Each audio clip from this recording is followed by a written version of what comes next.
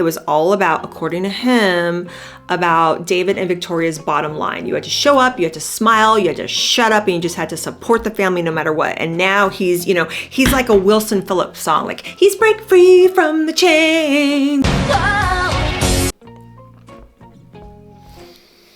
Take a sip. I don't know if I can watch this whole thing. As soon as she starts pulling out the lens, that's her favorite phrase of all time, looking at everything through the lens of. She starts busting out that, and I can't. Hey, you guys, welcome back to the channel. My name is Jennifer. I'm so happy to have you. Do you have your beverage? Do you have your coffee? Do you have your tea? Do you have your water? Do you have your adult beverage? I'm just glad you're back, and I hope you're relaxing with a cup of something. This is one of my favorite mugs, my Haunted Mansion mug. I love it, I love it.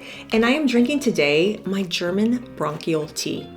And I gotta tell you, it doesn't taste the best. It's kind of herby, it's kind of medicinal, but it's really been helping me with my breathing, with my nose. I've got something going on here in Germany. We've been here for going on, what, 7 months now. We got here in July, so it's gonna be 7 months soon. And it's just, I don't know if it's allergies. So I'm gonna talk about that toward the end of the video because I just need suggestions from you guys, your experiences, your tips, whatever. If you've lived in Europe, you know, Germany, UK, I've lived in both, but I'm noticing here just respiratory and breathing problems here in Germany that I did not experience when I lived in London. So I'm gonna talk about that a little bit later, but I do have my mug and I'm glad you're back. Oh, and also I want to talk about, you guys came up with some really cute little names for our little chats that we're going to have over coffee, and I'm going to read some of them to you. And I'm just still trying to figure out what I want to call this deal. Right now it's just kind of like, it's just like a coffee or tea chat, whatever, but hope you are relaxing because there's quite a few things I want to talk about today. So yeah, let's get started. Let's just start with Taylor Swift, shall we? Miss Swift. I'm going to insert a little video from this time last year. It was when the Super Bowl was going on. We all know how she's the soon-to-be Miss Travis Kelce, right? And the year before, in 2024, she was all hugged up and loving on her bestie, yaya sisterhood, you know, blood oath girlfriend, Blake Lively. And they were all over each other in their booth having fun. Last year, in early 25, Miss Blake was nowhere to be found anywhere around Taylor, in Taylor's box at the Super Bowl. And this was because all of this Blake Lively, Justin Baldoni mess started getting really, really going. It was like the beginning of the avalanche. And people were really starting to get the details and the particulars of what was going on with this case. And they were seeing what a mean girl Blake was and everything that she was alleging and everything that she was saying and that scathing New York Times hit piece that came out, right? Then what happens? Justin and his team fire back and they explode on her, everything that they've got, you know, documentation, film clips to directly refute everything she was saying, because she was saying that she was essayed on that set and she was made to be, you know, felt very uncomfortable, and she's alleging all these horrible things about Justin. So he's firing back, and it's really looking like in the court of public opinion that, you know, this guy really didn't do a whole heck of a lot to her. A lot of this was made up. A lot of this was over dramatized. And then it started coming out that, you know, this girl wanted to wrestle control of the entire production. And then she had her husband in her corner and he was being particularly mean and vile. All this stuff started happening. And then people were like starting to see the connections between Taylor and Blake, and you know, maybe Taylor's involved in this little brouhaha takedown of Justin. So all that started coming out, and Taylor, very wisely, because she's a very shrewd businesswoman who doesn't want anything affecting her bottom line. So what does Taylor do? She effectively ghosts her BFF, just completely distances herself from her. Blake isn't at the Super Bowl. Everyone's talking about this. And then last year, if you'll remember, at this time, Taylor got booed at the Super Bowl. And what didn't sit well with me was, I've always thought of Taylor as a mean girl. And obviously the more I learned about Blake, the more I thought of her as a mean girl. And then a lot of stuff started coming out to substantiate that. But to see Taylor just effectively ghost her friend, to me, really solidified. Because I was thinking to myself, of course Taylor is going to drop Blake immediately if there is even a whiff that Blake is not a nice person, because Taylor doesn't want to be associated with that. Take a look. She was on the Jumbotron and your girl got booed. And I do not think that she saw that coming. I'll be honest with you, I am not a Taylor Swift fan, never really have been a Taylor Swift fan. I talk about her involvement with the Blake and the Justin Baldoni lawsuit and her involvement in all this. And what we're seeing is the public's reaction to Taylor's involvement in that lawsuit with Blake and Justin. And they're not liking what they're seeing or reading. And I think this is a direct result of that. Her eyes bulged out of her head, you guys. Bulged out of her head. Okay? She was not expecting that. Not expecting that. She is in genuine amazement to hear those boos. And look at that. That right there is, I think, how dare you people. That was the first reaction. But then she has to temper it with a little bit of a smile and maintain a kind of cool, haha, I'm like with it demeanor. I'm not buying it. I think that the first reaction with that crazy eye bulge, and apparently a lip reader saw that and said that she had said, apparently this is alleged because it's a lip reader, alleged that she had said, what? Like what's happening? So she hears the boos. That right there is the real reaction. People are not down for mean people. They want to know that the people that they buy records from or concerts that they go to are actually nice people that aren't working behind the scenes to take down others. Now, did anyone really think that Taylor Swift was going to have Blake Lively sitting in that booth with her at the Super Bowl? I knew this was going to happen because this woman cares about her bottom line. It doesn't matter that she's the godmother to this woman's children. That does not matter. What matters is she needs to save face and she needs to save her reputation and her incoming cash flow. That's what this has to do with. Because I truly believe that people like Taylor Swift, they're such egomaniacs that they have absolutely no idea how normal people think, feel, and behave. They really, really do feel like they are above all of us. So she doesn't really feel that it's possible that she could get booed. So what's been going on? Just in the last few weeks, court filings and text messages have now been unsealed. That shows the length that Blake Lively and Taylor Swift have gone to meddle and conspire against Justin Baldoni. Now, they're all out there. They're all matter of public record now. But the thing that's really striking about it is this is in direct contrast to the narrative that Taylor has been pushing for almost a year, that she had absolutely no involvement in anything regarding the takedown of Justin Baldoni from his own project by Blake and Ryan. She said that all she had to do with that project was basically the use of her song, her okaying the use of her song.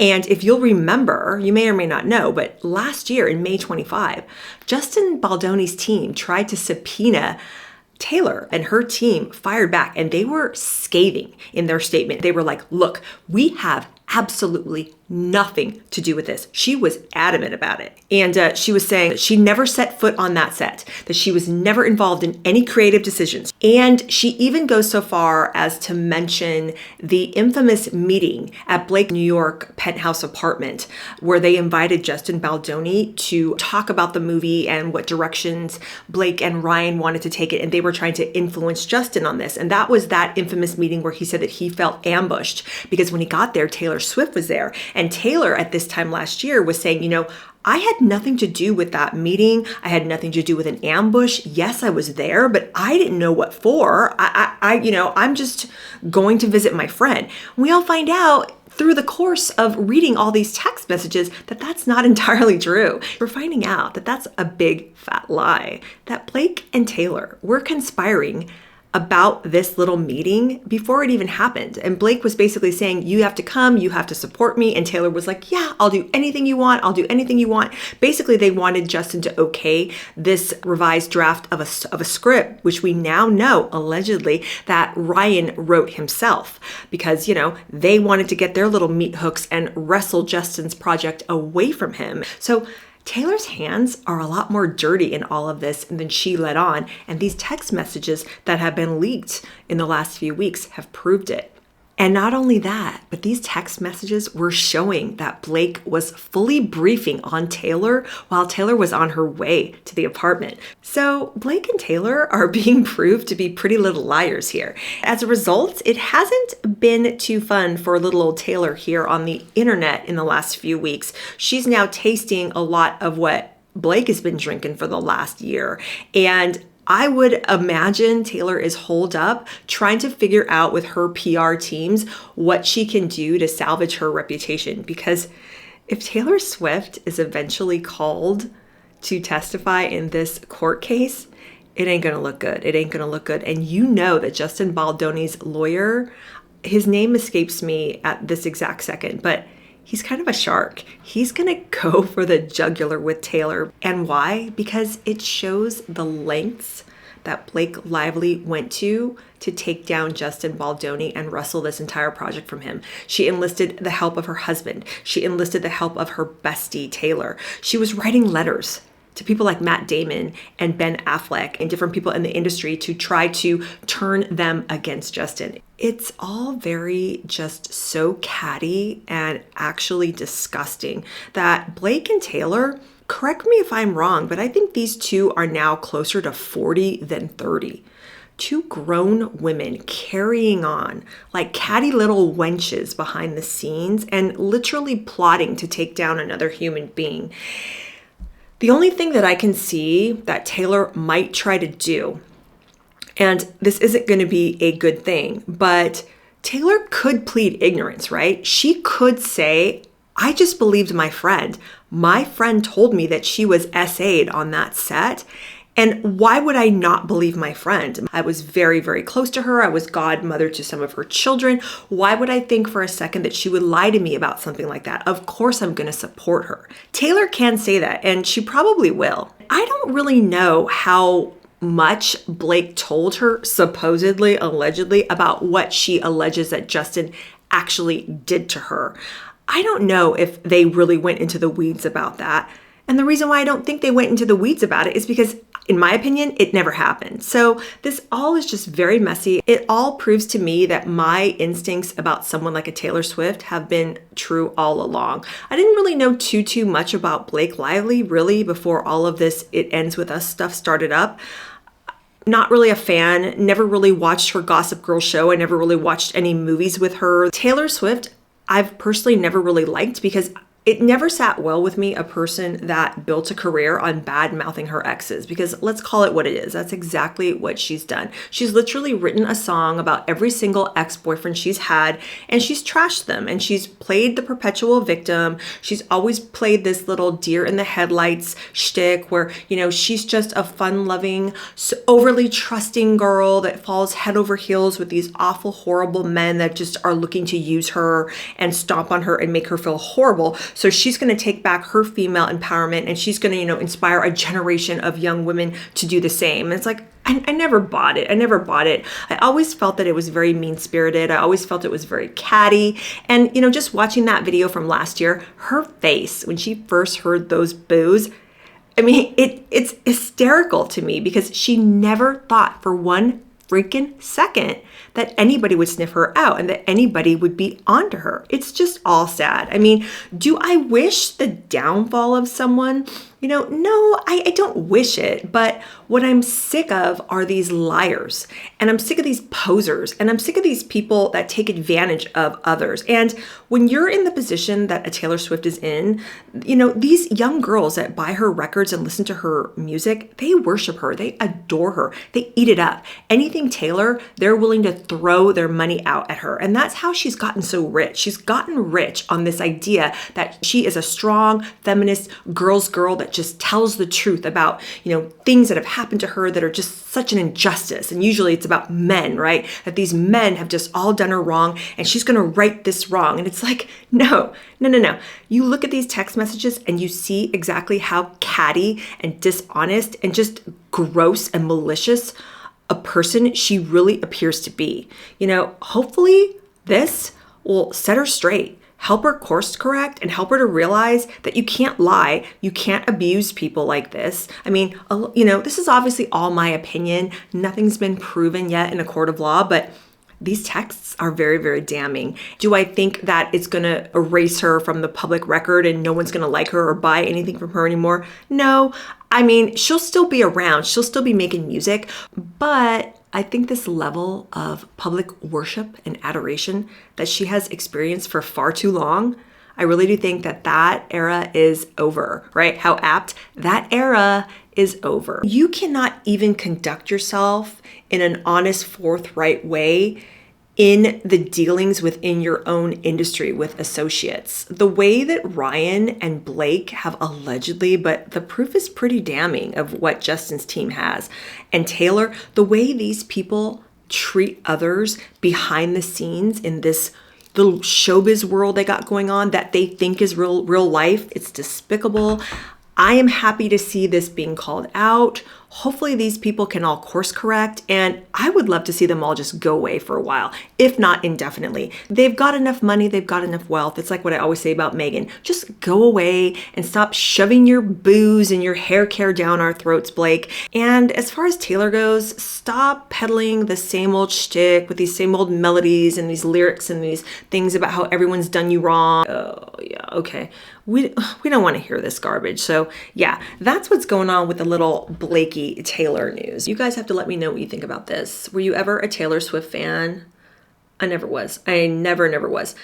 I cannot tell you the name of a Taylor song. If you had a gun to my head saying, name me 5 Taylor Swift songs, I couldn't do it. I could not do it. I know her more for, just being in the tabloids and being on these rags like in People magazine with her bangs and her hair and her cutesy little outfit she wears to these award shows, and how she's always like trying to act like, you chose me? Like I'm winning an award? No way. And it's just like, that's what I know her for, and all of her rabid, crazy fans. So I don't know. But yeah, whatever. It's going to be, shall we say, very, very interesting to see what goes on if Taylor does indeed have to testify in court under oath about these text messages. She's going to have to answer for them.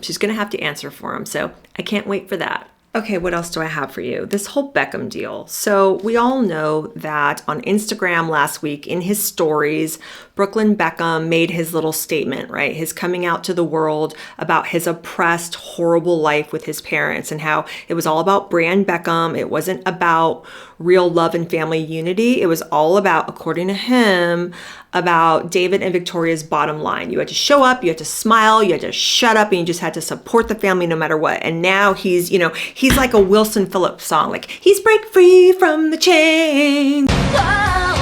You know what I mean? So it's like, okay, so that thing wasn't something that was permanent on his Instagram grid. It was something that he put on his Instagram stories. And if you don't know how Instagram works, stories are something that disappear off of your profile entirely after 24 hours.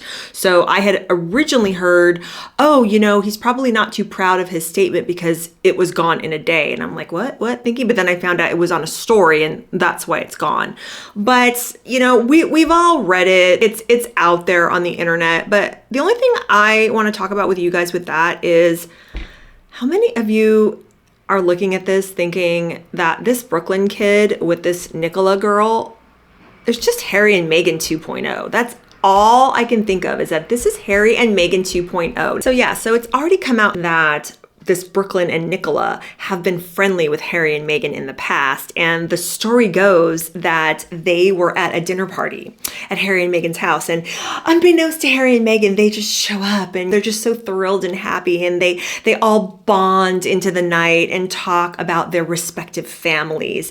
And I guess that was sometime last year. I don't know exactly when that little gem of a story came out. But I remember at the time hearing that thinking, Meghan is going to get in there. She's going to get in there because she is a meddler. She's a meddler. That's what she does. And apparently this Nicola is kind of like a menacing Meghan figure as well, in the fact that when she takes up with these boyfriends of hers, that all of the dynamics with the boyfriend's family and her really, really go south really, really quick.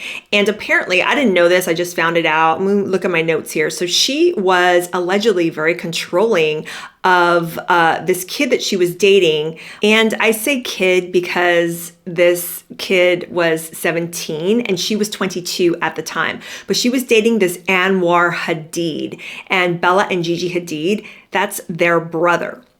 So she's dating this Anwar Hadid. He's 17, she's 22.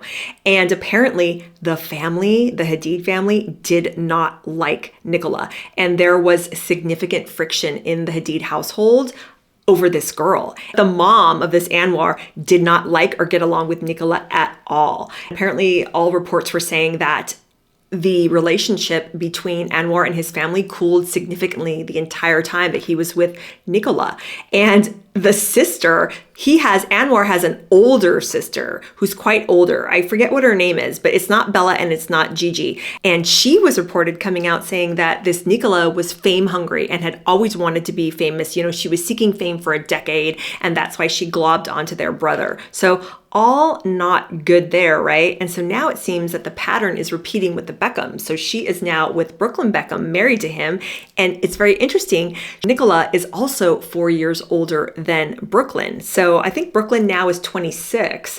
And you know what? That's actually really not a huge deal. I mean, depending on the age, I'm 4 years older than my husband, although I always joke with him that I am so impossibly fresh. And what is it like to have a wife that looks 10 years younger than you, even though, you know, I'm older than you?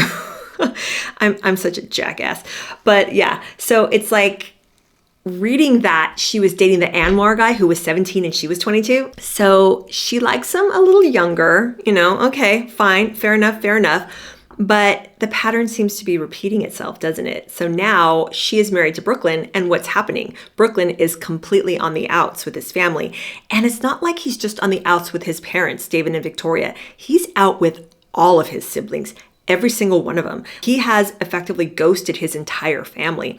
And in that Instagram story that disappeared, he said, I don't want to reconcile with my family. I have no intention of reconciling with my family. And to me, when I hear that, I'm thinking, I really hope that this Nicola girl doesn't seem as menacing and conniving as she appears to be, because you don't want that for somebody. I mean, unless there's serious issues going on, and I'm talking physical abuse, emotional abuse, why would you want your spouse to effectively distance himself from his entire family? Well, I'll tell you why. It's when you're a narcissist and you want control. And by all accounts, you know,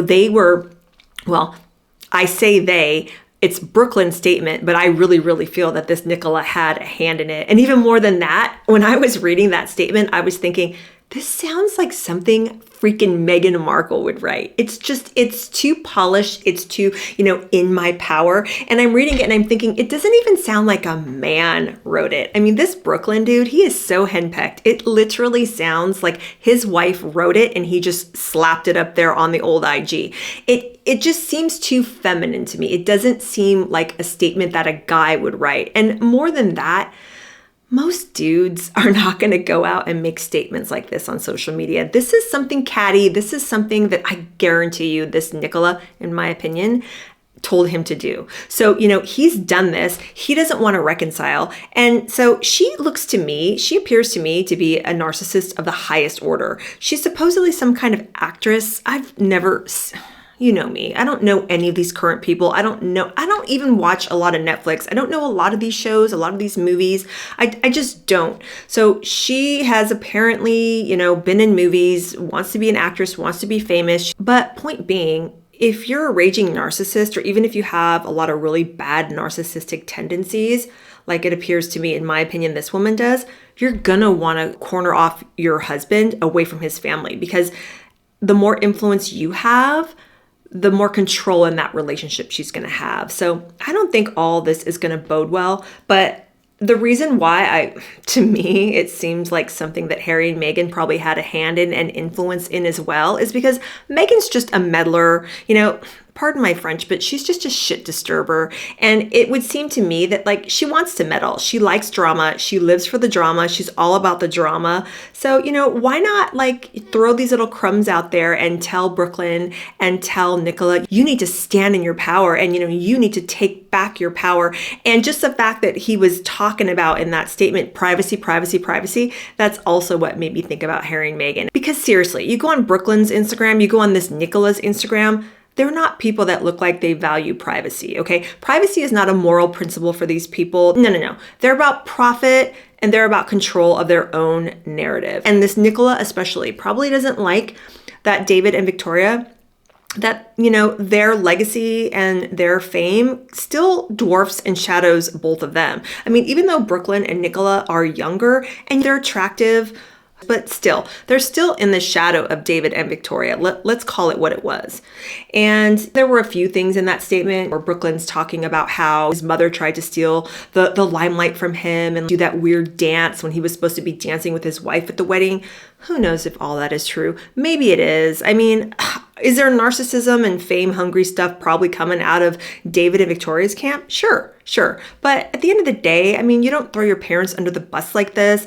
And if you have something to say, you do it off social media, do it privately, do it behind closed doors. But these people are doing this because they want attention, because they want to control the narrative. They want to look like they're in the right and David and, you know, Victoria are in the wrong. And they know that David and Victoria probably aren't going to clap back and release a statement like this.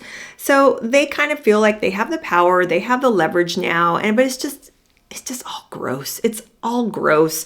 I just looked at that whole thing and I was like, this has serious Harry and Meghan 2.0 vibes here, because I could totally see the four of them sitting around the old table there in the Montecito McMansion, right? And I could totally see Meghan spinning a little yarn for them, everything that we've been through in our family, and oh, you know, we had to fight for our privacy and we had to fight for our truth, and you need to do the same. I'm just waiting for the Nicola and Brooklyn reality show coming out. I'm just waiting for the book that one of them is going to write, or, you know, the articles and interviews that they're going to have. Believe me, it's coming. It's coming. Harry and Meghan monetize that kind of grief and victimhood. Of course, they're going to tell Brooklyn and old Nicola there, you need to be monetizing your pain too. I guarantee you that's what happened. My opinion, of course, all my opinion, but let me know what you guys think about that. I think that was all a ruse, cooked up for attention, and they got it, didn't they? They got it, but let's just see what they do with it. Let's see how much Nicola and Brooklyn value their privacy, because that's what they were going on and on about in that statement. They just want their privacy. He had no choice but to make this statement. He had to do it. You didn't have to do anything, but let's just see. Let's see what they do. Are they going to go quiet on their Instagram? Are they not going to give interviews? Are they not going to do little fashion campaigns like they both did for Express? Are they not going to show up at fashion shows and stuff? Let's just see what they do. I think you and I know what they're going to do, and that this isn't about privacy. This is about control.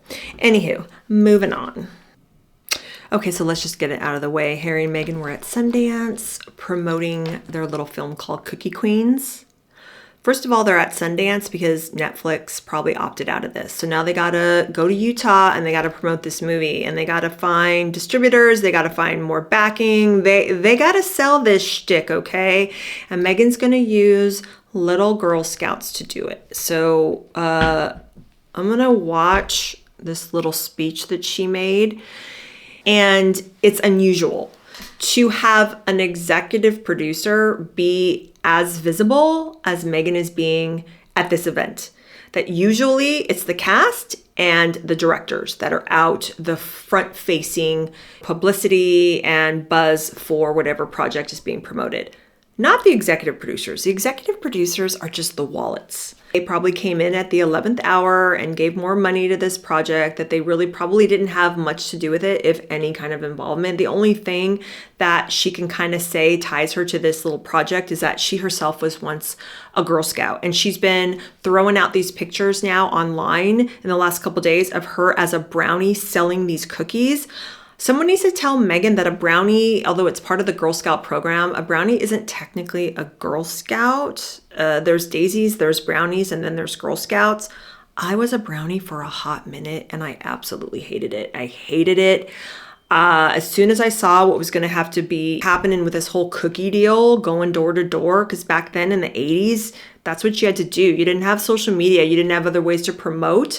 A lot of brownies and daisies and Girl Scouts do this still. Like, they will park their butts outside of grocery stores and just bleed out their eyeballs and plead with you to buy these cookies. But I mean, Girl Scout cookies were kind of a deal back in the day, but now, I mean, there's so much choice in the way of just everything now. It's not that big a deal anymore. It's really, really not. And my favorite when I was little was Samoa's.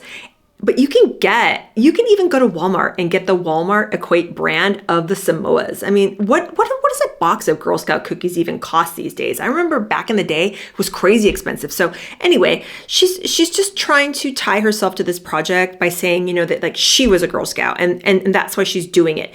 God forbid she just leave herself out of it entirely and just pick and back a project that has promise and has the potential to really resonate with an audience, something that has nothing to do with her, but she can't do that. She can't do that. So let's just watch her little speech here. She's being introduced. Here we go.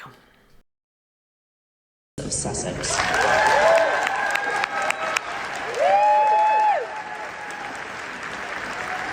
Good morning, everybody.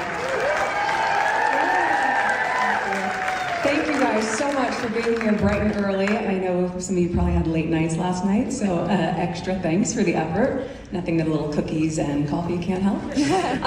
Look, my husband and I and our 12 Productions, we are so proud and privileged to be able to support and uplift Cookie Queens.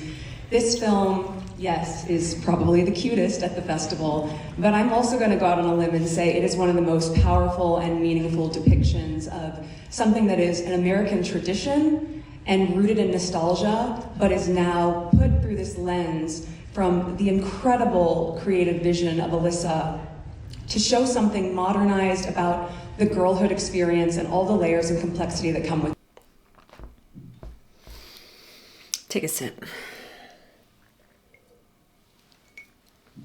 I don't know if I can watch this whole thing. As soon as she starts pulling out the lens, that's her favorite phrase of all time, looking at everything through the lens of. She starts busting out that, and I can't. I don't mean to be catty here. I really, really do not. But if you've watched me for any length of time, you know that I'm a licensed esthetician, okay? I love makeup. I love skin. I love all of it. All of it. This no makeup look, it's not working for her. I really, really wish she doesn't even look like she's wearing any kind of makeup. And that in of itself isn't necessarily a problem, but she's standing under really harsh lighting. I don't know. That's all I'm going to say. And the hair, I've said it before and I'll say it again. I think she really likes to pull her hair back in these really, really tight ponytails, because when you have dirty hair, that's the easiest hairdo to pull off. Easiest. But okay. But I don't understand any of this. Hold on, just keep going. That. So yes, it's cute, and yes, these young ladies are fantastic and adorable, but they are also layered, beautiful girls who are about to become very strong leaders and young women. Why does everything have to be complex in this word salad of hers? The salad is so bad, I need some dressing. Okay, why can't she just come out and say, hey y'all, I remember when I was a brownie, how awesome I felt when I won the little, I mean, I don't know what she sold, but go with me. I remember when I was a brownie and it was so cool to fill up my order sheet. I remember what that was like when I was 9, 10, whatever. And it was so awesome to be able to show these little girls and their accomplishments and what they're feeling like they're learning. And, you know, there's so much divisiveness in the world now, but to see young people coming together, just having fun, just keep it simple. But she's always got to talk about the legacy and the empowerment and the feminism and the layers. The only layers I want, you know, give me a layer cake, a really yummy layer cake that I can eat if I'm going to watch this. It's just, I don't even want to keep going with it. It's boring. It's just drivel. It's awful. But this whole thing on the red carpet, like there's a picture I'm going to insert somewhere up here. Look at this director's face. She knows that Meghan is full of BS. It's just everyone around her knows that she's full of BS. And there's videos of Meghan on the red carpet being asked specific questions about, do you want Lily to be a Girl Scout? What's your favorite Girl Scout cookie? Like asking her stuff about her time in the Girl Scouts, supposedly, allegedly. Just because she wore a little brownie outfit, who knows how long she was in the brownies. I was in the brownies for literally like 2 weeks, and then I just went home and told my mom, this sucks, I don't want to do it. So maybe she did that. But if you're going to tell us you're a Girl Scout, Meghan, and you're going to sell this film to us from that angle, that this is such a special project that's so close to your heart because it harkens you back to your own treasured innocence of being a Girl Scout, then when people ask you a question about Girl Scouts on the red carpet, be ready and prepared to expand on your answers. You could tell she's very uncomfortable when they're talking about her own experiences with the Girl Scouts, and she was also really uncomfortable when they asked her specifically, do you want your daughter to become one? It's like she immediately punted back to the director and was like, oh, well, we've got a lady here that's a mom too. And I'm like, that's what doesn't ring true about this lady. Meghan, you do not ring true. You're not authentic. You're constantly trying to bring us in and trying to make us feel close to you because, oh, I'm a Girl Scout and like so many of you probably were too. And can't you relate? Okay, fine. Well, then let's have a conversation about whatever you want to talk about. Just like how when she goes on her podcast and she talks about what a life-threatening medical condition, she had preeclampsia. It was so awful, whatever. And then it's like a one sentence thing. And I'm like, are you serious? As someone who did have preeclampsia when I birthed my twins, 4 hours later, I was being treated for that condition. I almost died of that condition. Why don't you talk about it to the audience? Why don't you talk about the warning signs? Why don't you talk about what you went through? Why don't you talk about the aftermath? She doesn't give us anything. There's zero context. There's zero details because she's so shallow. I've stepped in deeper puddles. She wants the attention and she wants people to buy into this intimacy with her, but it's a false sense of intimacy because she doesn't give us anything. She just leaves us hanging. Just totally, totally boring. Like I said before, same old slop from her. Yeah, okay, whatever. So they're all going on about the privacy because as you know, old Errol last week was in court, right? And I was just thinking about this whole Harry court thing, you guys, and I've come to the conclusion that this man is just a walking ball of rage. If you take a tennis ball and you cut it open, there's a bunch of tightly round wires inside there. It's like, oh, it's tight, right? That's what I think Harry is. I think Harry is just a walking ball of rage and entitlement, and it just was so on display last week when he was in that court. Can you imagine the judge had to put this petulant man boy in his place on 3 separate occasions, telling him basically, pipe down. You're not the lawyer. You're just answering questions. And he was combative, and he kept being combative to the judge in this case. I mean, what is wrong with you? Don't you even want even the semblance or, the facade of even a little bit of deference in front of a judge? I mean, do you want to win this, Harry? What is going on with you? But he has such rage and entitlement. He feels that he's really above everything, even a judge in a court of law. It's crazy to me. But unfortunately, I think he's going to win this case. I really do. And the case is supposed to conclude in late March, but the judge can take his time on a ruling. But I think he is going to win because he won 15 out of those 33 claims back in 2023 because the judge found, quote, widespread and habitual unlawful information gathering. And then just a year ago, he got an apology from Rupert Murdoch and substantial damages. I think it was up to 12 million, but we all know that's probably going to lawyers, right? And then in 2020, he won that libel case. And then don't forget his wife won her little case against the Daily Mail, even though she admitted to the court that she forgot that she had assisted Omid Scobie and Carolyn Durand on their book Endgame, which I thought was absolutely disgusting that she won given that, but no one's asking me. But unfortunately, do I think that he's going to win? Yeah, I do. So how many articles are there total? 14 articles that are at the heart of his claims in this case, and they were published between 2001 and 2013. And a lot of it is around the way the press intruded on the lives of his ex-girlfriends. And for him to sit there in court and say that his friendships, his relationships were not a leaky ship, and there is no way on God's green that any information about him could have been leaked by his friends. He's really living in Delulu land. I mean, he really, really is. And not only that, but what about all of those leaked photos of him when he would party in Vegas and act a fool, like when he was naked playing pool and all that? It's like there are people around you that don't owe you privacy. That's how those pictures got taken and everything got leaked. I mean, he's violating his own privacy by acting like a fool like that in public. I mean, technically he has to prove that the information that was gathered in these articles more than likely came from unlawful sources. But, then the A&L is saying, well, no, they weren't obtained through unlawful sources. They were obtained through credible sources, i.e. people around him. That's why he was sitting in court so staunchly saying, it is not a leaky ship. Absolutely not. I fundamentally reject that. Well, of course he has to fundamentally reject it because that's pretty much the basis of A&L's case. But I don't know. I mean, there's also a very strong possibility to have an out-of-court settling with this. I mean, that might come up too. I hope that doesn't happen. I mean, I would really like to see him lose. I would really like to see him responsible for court fees and to pay the lawyers and all of that. That's what I would like to see happen. But do I think it's going to happen? I don't know. Probably not.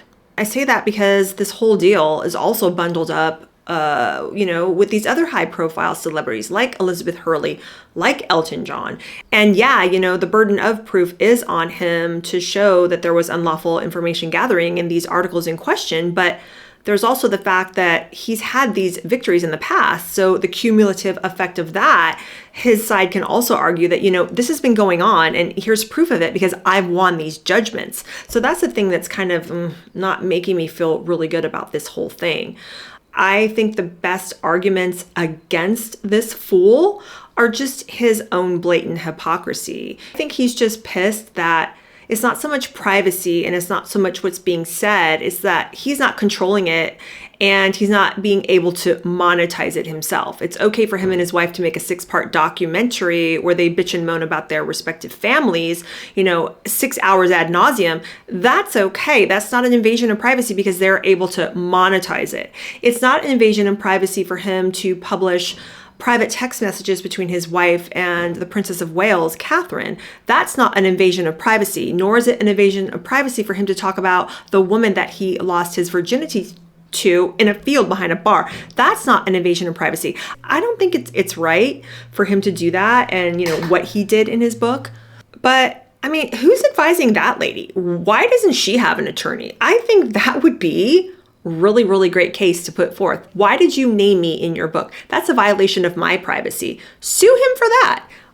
I don't know why she hasn't. Again, he can monetize his grievances. He can do all that. He can breach other people's privacy. That's fine. Even private conversations he had with his brother and his father, he can monetize all that in his book, but it's just how dare A&L, make his life and his wife's life a living commercialized hell. And it's like, no one's buying this garbage, Harry, okay? And another thing that really ticked me off about reading some of the stuff that, his defense team and him trying to argue in court, basically saying that the whole reason why he had to and was motivated to write Spare was because he had to set the record straight, because there were so many lies being written about him that his privacy was being violated over and over and over again. That's why he had to do this. You don't have to do anything. You don't have to do anything. Why are you so fixated on repairing an image in the court of public opinion? I mean, back when he was popular, he was naked in Vegas acting a fool. He dressed up like a Nazi. He did a lot of really unsavory, horrible things.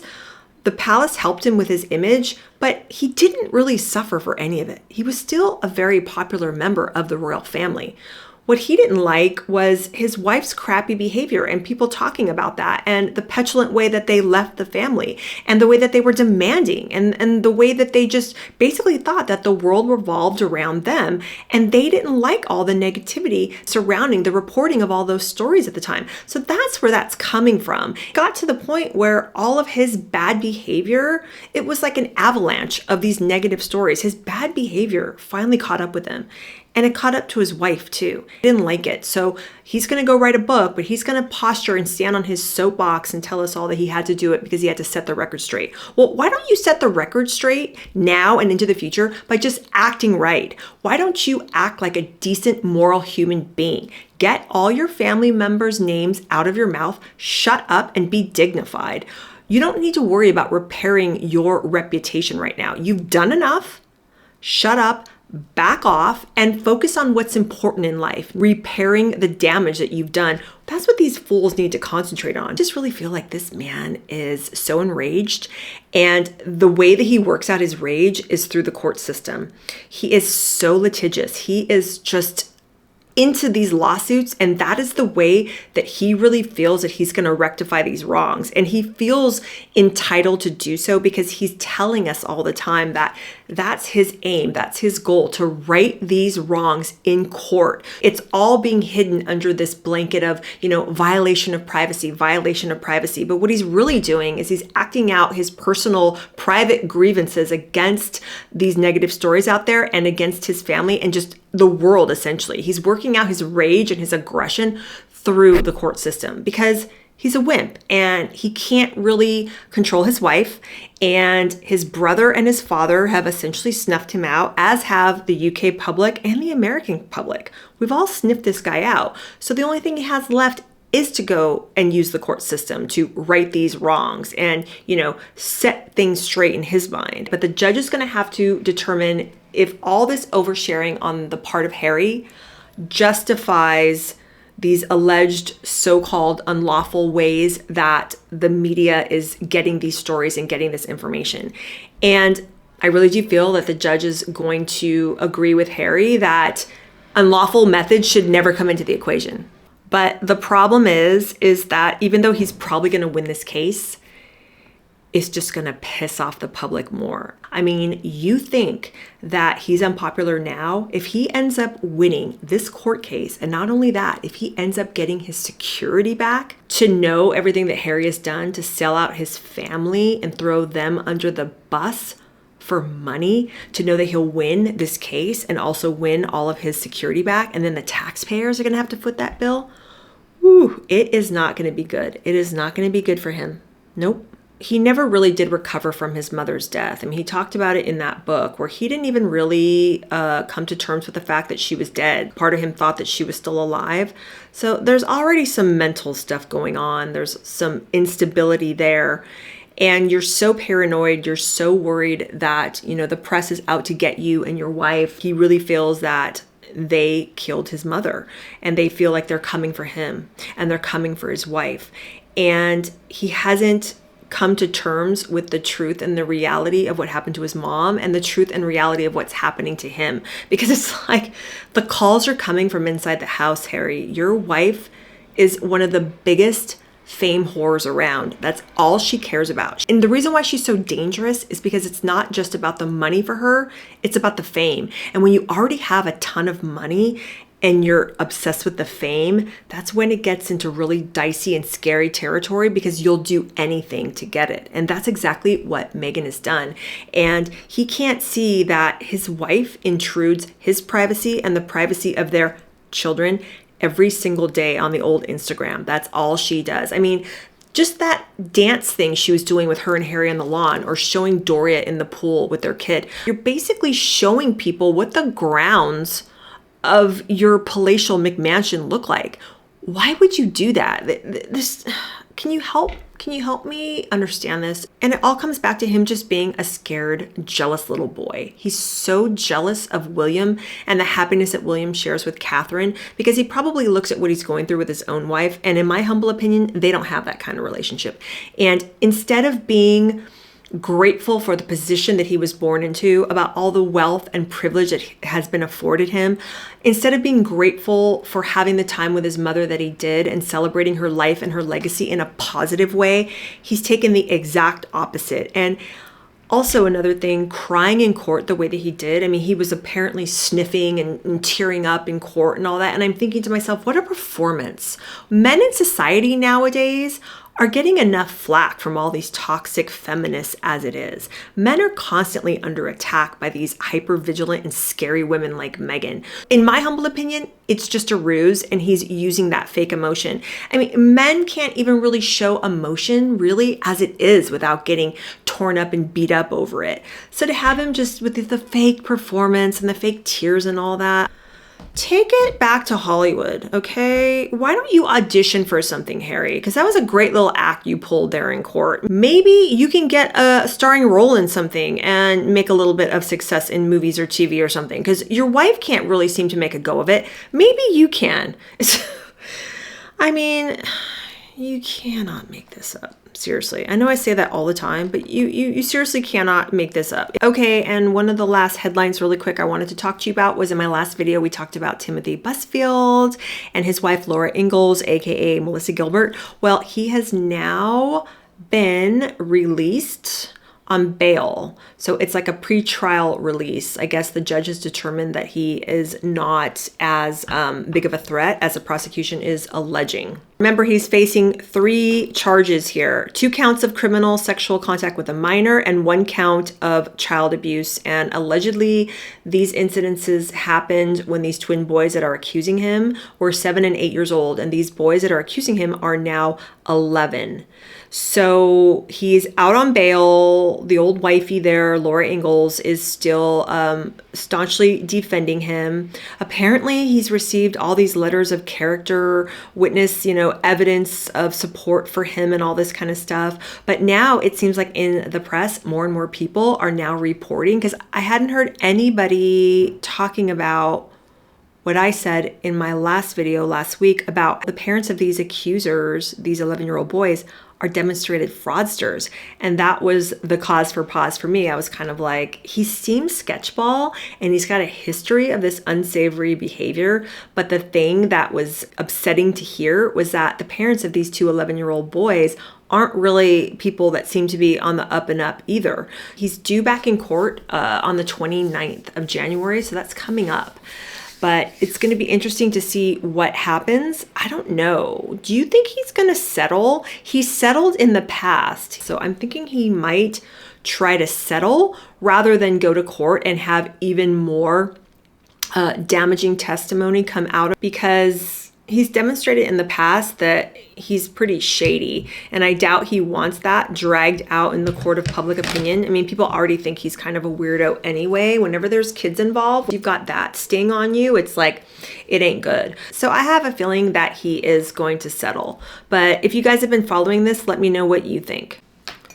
Okay, so the thing I wanted to talk to you guys about and get your opinion on, when I was talking to you in the beginning of the video about just allergies and breathing problems. So here in Germany, like a lot of places overseas, especially in Europe and, other parts of the world that aren't the US, the only way you can get fresh air into your dwelling, house, or apartment is to open the windows. And they have this thing in Germany called Luften, and I know I said that wrong. Don't come for me in the comments, but basically it's the German practice of opening your windows up wide several times a day for up to 15 minutes at a time. And the idea is to increase airflow and to restrict or prevent mold growth, all this kind of stuff, because these homes overseas, they're not like homes built in the US where there's central air and heat and there's constant recirculated air blowing in the house. So it's always good to open your windows and get fresh air, but it's not like this cultural thing the way it is here in Germany, where it's like almost mandated. Like people are always, you have to air out your dwelling, you have to do this, there is no excuse. And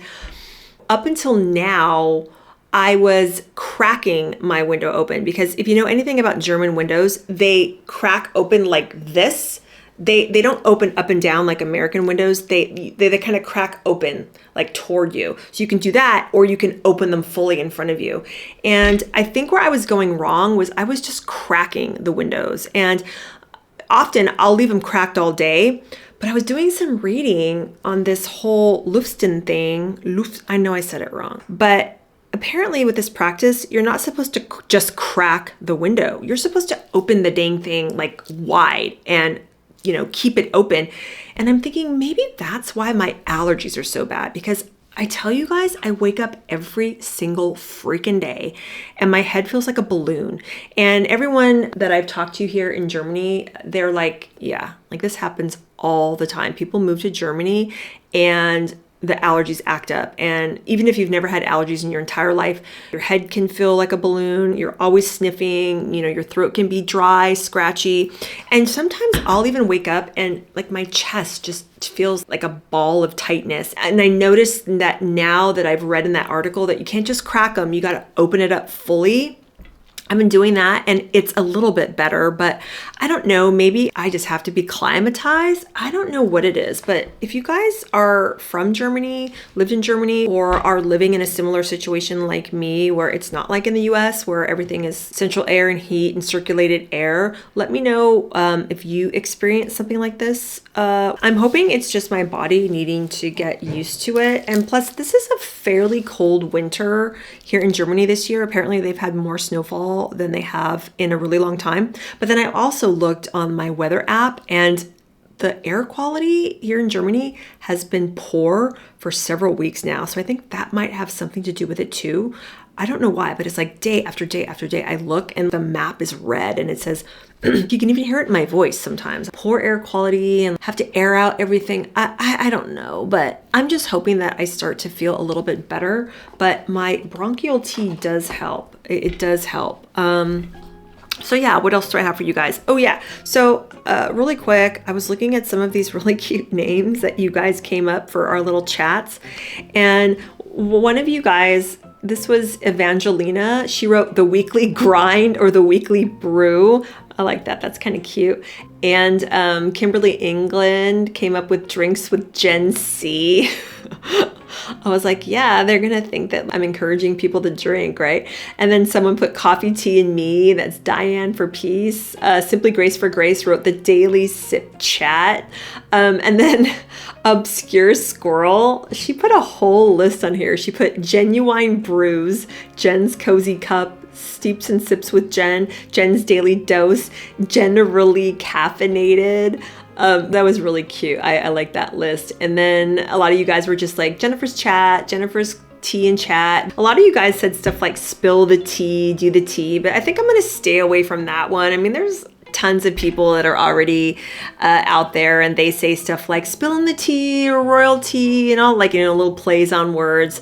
I don't think I'm going to do that. So keep your suggestions coming. I'm looking at them. I'm reading them. For now, I'm just saying it's a little coffee chat, whatever. But that's all I have for you guys right now. I am currently editing Priscilla Presley Part 2. It is coming. It is coming. And then the next book on the channel, I've already announced it in my last coffee chat, is going to be Child Bride by Suzanne Finstead, and it's the untold story of Priscilla Beaulieu Presley. It's going to be good, you guys. I will link at the end of this video Priscilla Presley Part 1 because I want you to get caught up by the time I release Part 2. It's going to be a great book. I'm an Elvis fan. I've loved him for a long time. I had a lot of thoughts and feelings about Priscilla over the years, and they've changed significantly given everything that's going on with her in the headlines and all that. So if you have no idea what I'm talking about, you got to watch Part 1. But until then, help me out in the algorithm. Like this video. If there's a hype button under it, hype it for me. I would really appreciate it. And if you haven't subscribed, I would love to have you.